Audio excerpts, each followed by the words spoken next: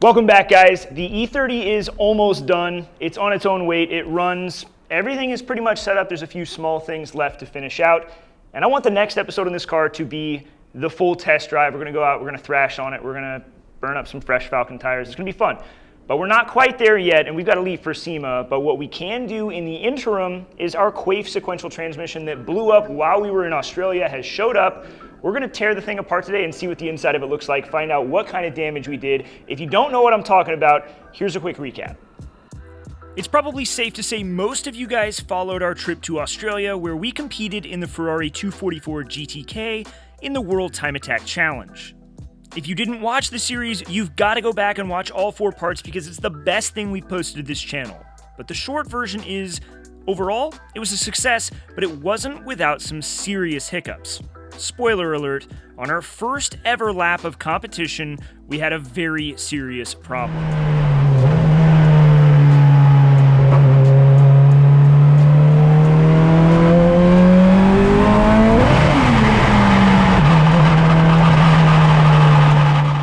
On my warm-up lap, second gear completely let go.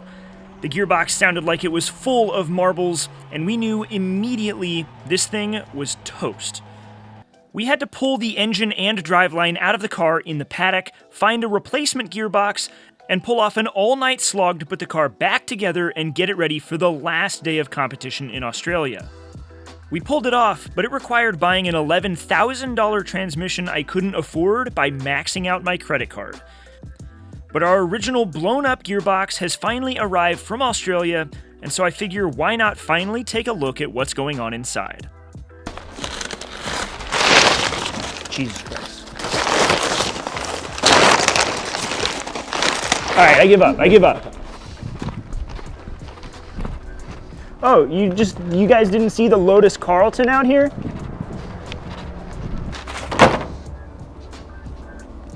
New shop project? No, it's not mine. It's the guys next door. Fucking hell. All right.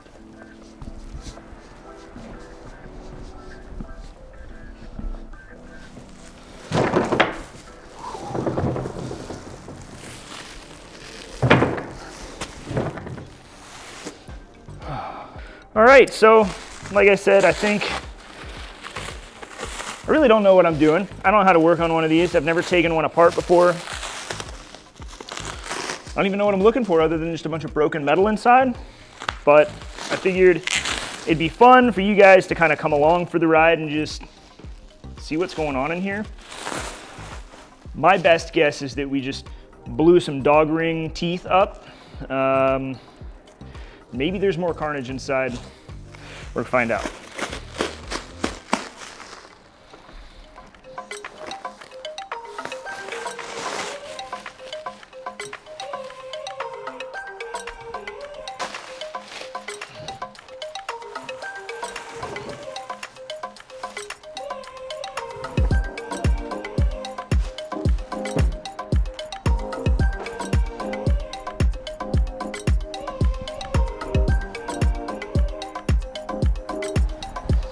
What's your over-under on how bad it's going to be in there?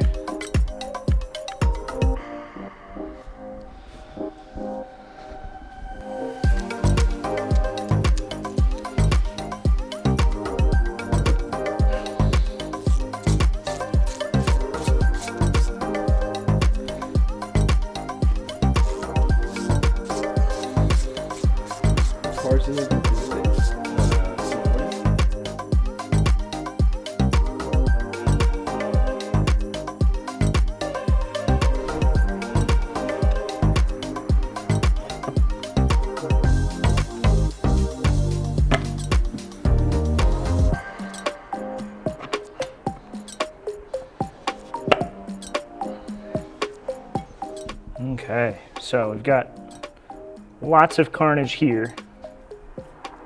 Ooh, sharp too. But that's just magnetic. So it doesn't look like either of the nuts or any of the nuts came apart, which I know is kind of the not common. That's what a lot of the guys have told me I really need to look out for as this thing gets used is blowing it up by having that nut come off, and it needs to be welded or staked into place. So I guess that's a good thing that it didn't come apart. The only downside to that is it's less conclusive as to what the issue could be. So as you might guess, the only option from here is to continue on into the unknown. We've got to pull this thing apart and see what this gearbox looks like further down inside. So the thing I don't know is how to actually break these loose and get them to stay in place here. I guess we'll try it with a handle first and then an impact, I don't know.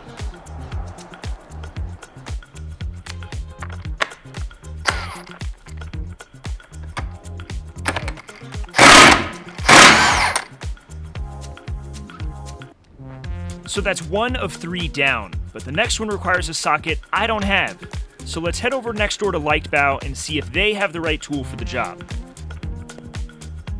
Right.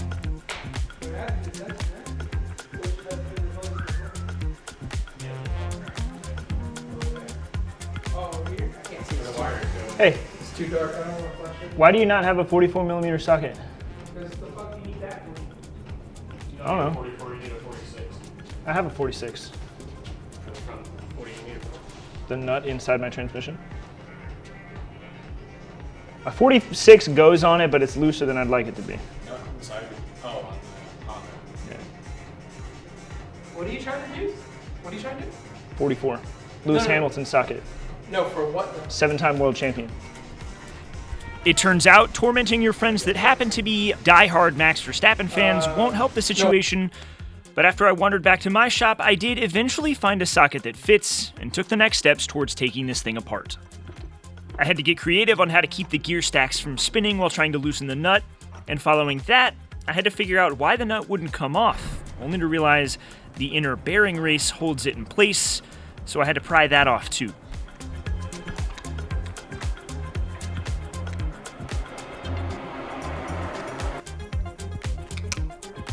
There we go. With no idea what I'm doing, before removing the final gear stack nut, I decided I should remove the shift barrel, just to make sure once everything comes apart, nothing's attempting to fight me and hold it all together.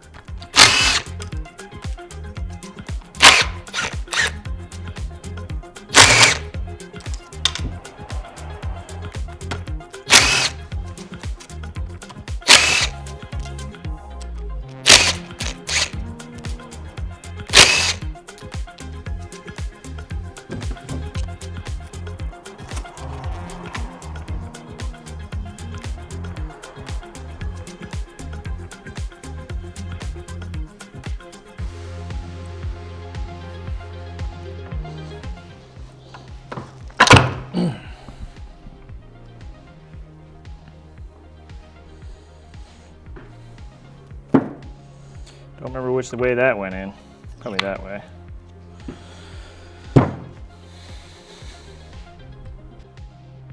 And then came the final, biggest gear stack nut.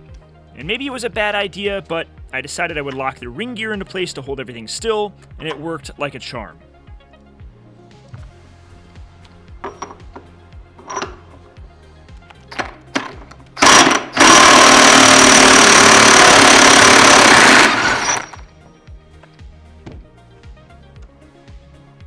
Once again, that pesky inner bearing race stuck to the shaft, but it wasn't too bad to remove, and with it gone, everything holding the top half of the transmission to the bottom half had been removed.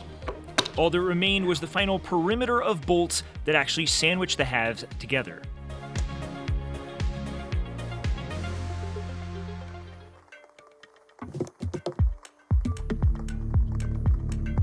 Khalil wandered over from next door at Leichtbau, initially asking for help to push a car around the parking lot, but the appeal of seeing what was actually going on inside of the transmission proved to be too great to resist, so he joined in on the teardown fun.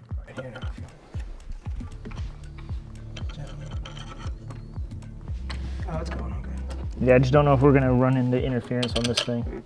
One way to find you.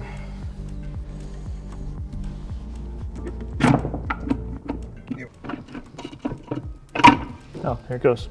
All right. Oh. There's a lot of Oh, No, dude. you see it? Second gear is just straight up Flat. gone. There's no dude. gear. Second gear is second. Look at this. When the transmission let go in Australia, it was abundantly clear something was wrong, but I don't think any of us truly expected to see second gear stripped clean. It's what we hypothesized, but it just seemed so unlikely. I'll be honest, I don't know how transmissions work with respect to everything, other than from what I gather we've got, so it's like first gear is here, and then it's probably, if I had to guess, second, third, fourth, and then fifth was on top. And so this is our second gear, and then this would be the one that it meshes with on the other side. So there would be like, I think, 2 interlocking gears that make second gear. And one of them, as you can see, has no teeth. It's gone. Hasta la vista, baby. You can take that out. This goes here. And so, yeah, I mean, like, we can pull this whole thing apart. It might even lift up and out, to be honest with you. You should. But given how much damage there is and that I'm not a professional, I want somebody who knows what they're looking at to really kind of go over this thing and say, hey, like this, ow, don't dig your finger into the metal shavings or you're going to stick yourself. Again, that didn't happen once already. What are you talking about? The magic of editing. Ow. Here I thought I'd like pull up a finger full of material and be like, thanks, Khalil. Yeah, it's, I'm not gonna stick my finger in there again. It's full of parts and pieces. There's full on gear teeth. I can actually get that one. Maybe. Yeah, I mean, just full teeth off of that thing. It's full of bits and pieces. So I want somebody to go through this and inspect everything and let me know what needs replacing, because the last thing I want to do is put it all together and think that I know what I'm doing, have too much confidence, spend all the time to put it back in the car and then have it break again because there's some other failure point somewhere. I mean, I'm looking at it. We've got teeth missing off of this one too. Look at that. If you come around here, you can see it. So we've got teeth missing here as well. This is our other second gear, or maybe you would call it the primary gear for a second gear or something. I'm sure there's a correct term for it. I don't know what it is. But we're missing teeth off of it. I mean, just this whole line on the transmission is just gone. Yeah, I mean, she's cooked. Again, I don't know what I'm really talking about here. I can fabricate. I'm not a transmission specialist. This type of failure doesn't seem like it should happen to me. This gearbox only had, at the time of failure, let's call it 2, maybe 3 hours of use on it. And that's also not race pace use, that's shakedown laps at the track to kind of get ready.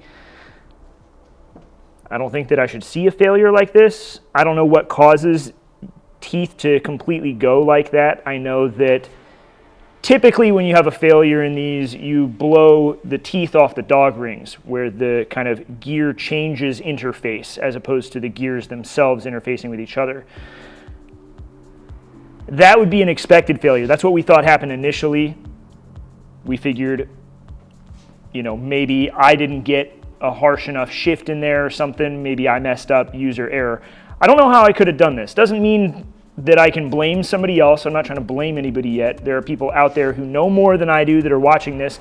They can chime in. Let me know in the comments what you guys think. I can't imagine how I would have done this because I don't think I was asking anything of the transmission that it shouldn't be able to deliver. I mean, we weren't running high boost at the track. I think we were at 13 or 14 PSI, 600 horsepower. We were flat shifting it with the Haltech tune that Scotty put on there for us. And he said it was shifting beautifully, and I just don't think that any of those parameters should cause a failure like this. But again, I could be wrong. I don't know everything, but I do know that that's pretty fucked up. So the question is whether or not a failure like this comes with the territory. Obviously, this is a race car part being used on a racetrack, but as said, I don't necessarily believe that this type of failure is acceptable given the circumstances. Of course, I don't know everything, so I'm relying on you guys and ultimately Quaife to make that decision. Given that this transmission was essentially new, I'd like to see it last a lot longer than just a few hours. So here's hoping the new transmission does just that, and maybe with a bit of luck, Quaife will help us make this one right as well. So with that said, everybody, new shirt design has already been designed, and we guessed right. We drew second gear blown up, and those shirts will be hopefully available in the next handful of weeks if you want to help me pay for this transmission, because it was $11,000 that I don't have. Yeah. Like, comment, subscribe, please.